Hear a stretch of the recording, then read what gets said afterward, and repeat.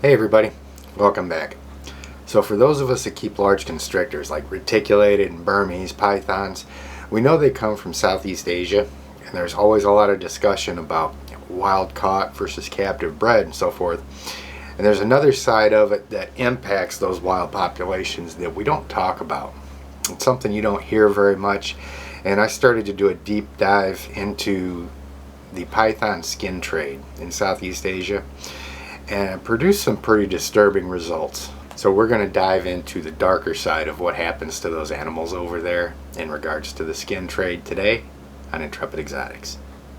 Whether you're a lifelong keeper or just getting started, help us encourage responsible keeping, conservation, and public education in the interest of keeping our reptiles safe and healthy as we protect them for future generations. You're invited to spend time with us as we experience these awesome animals together on Intrepid Exotics. So as I started to research this topic, I ended up being on the fence as to whether or not I was going to actually make this video. I put my feelers out to some friends on social media, got their opinion, got their advice on whether they think this is something I should put out or not.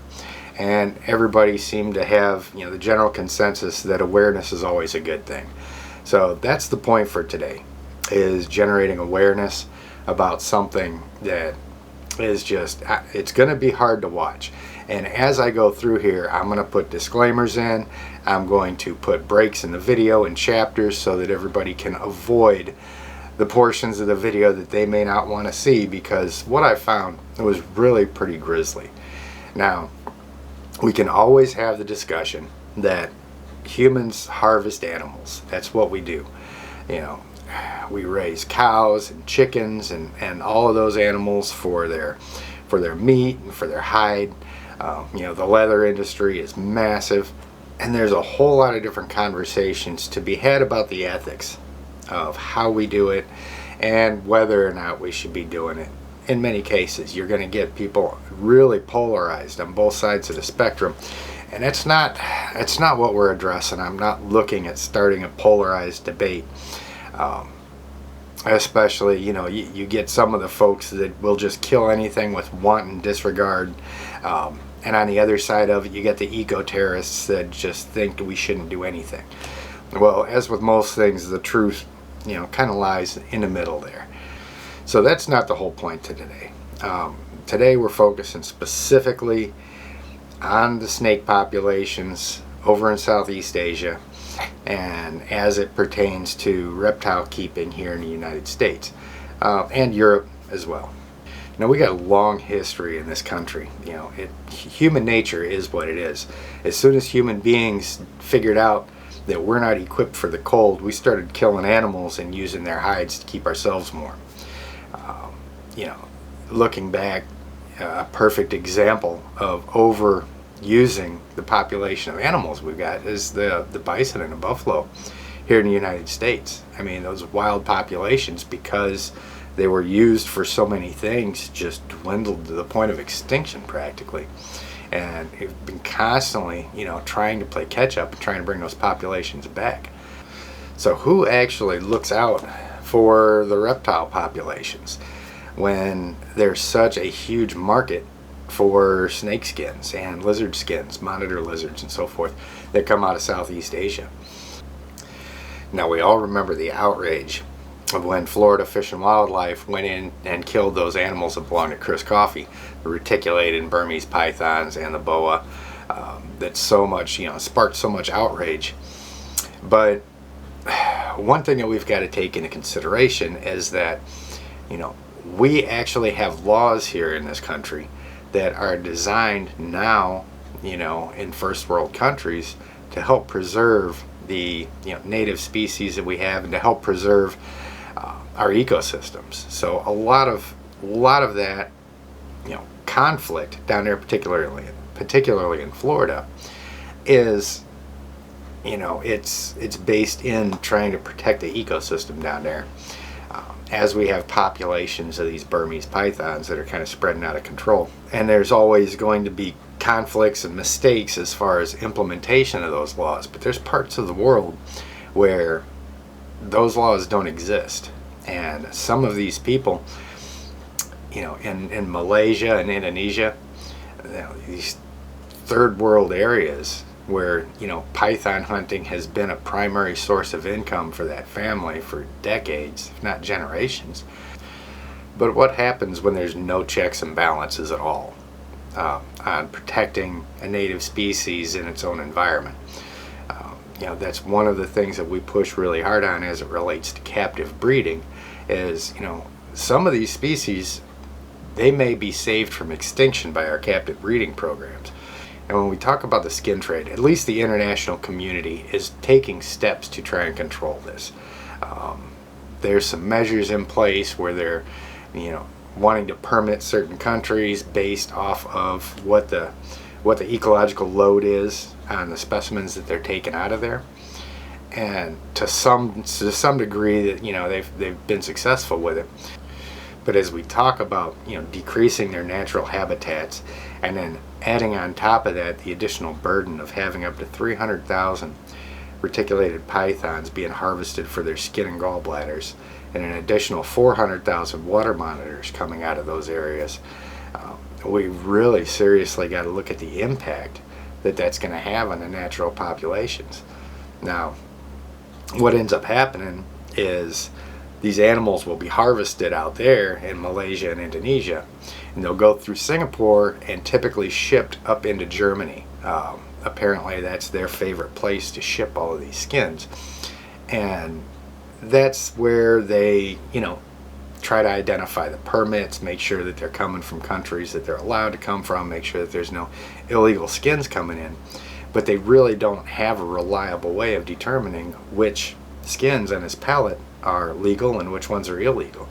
And of course the poachers out there, they've got their means of shuffling all of that stuff into legit loads and getting it sent over. So that is going to impact the effectiveness of the hunting laws over there.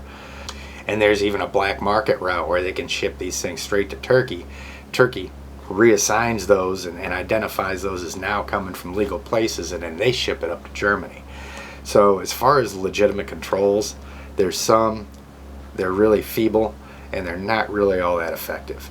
Now, for those of us that absolutely love our animals and we've spent years working with them and building relationships with them and getting to know these animals and learning how intelligent they are, this next part might be pretty disturbing for you guys. I know it was for me as I was going through it, but I think it's really important that this gets put out there to illustrate what's actually happening in regards to these animals. So if you really don't want to see this before I start putting any of these videos up, I'm going to give a 15-second black screen and add chapters to it so that you guys can skip past this and you won't have to see it. But I think, as painful as it can be to watch some of this stuff, I think it's really important to drive home what's actually going on.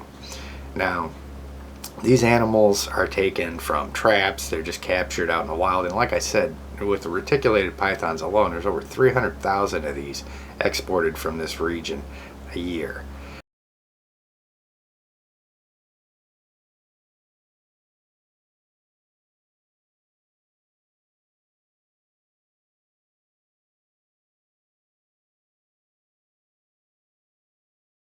Now, when the locals out there capture these animals, they tape their mouths closed, typically taping over their eyes as well. They bag them. They take them back to the slaughterhouses where they're typically either left stored in the bags or they're binned, where they'll sit for days or weeks before they're actually processed, just laying there alive, nothing to eat or drink, with their face taped up like that. And you can see when the day comes for these animals to actually die and they're all released onto the floor, the ineffective and brutal way that these animals are killed, they're not even dead half of the time before they start processing them. It's just a thump on the head, just enough to injure them in many cases, and then these animals, some of them still alive, they're hung up where they're then filled with water, and filling them with water is what stretches that skin out and makes it easier to process them. And this process of filling them with water may or may not actually kill them. you can argue that a lot of times once they start skinning these animals, they're even still alive. And it's the same thing with the monitor lizards. They tie their legs behind their body and just leave them stored until they can get around to harvesting the skins off of them. They may bludgeon them, which may or may not kill them before they start skinning them and they start harvesting the skins off of them. And it's just at a scale that would embarrass the most ambitious psychopath with the amount of animals that they go through. And each one of these folks, as they send these things out, they may get $10 for a perfect reticulated python hide.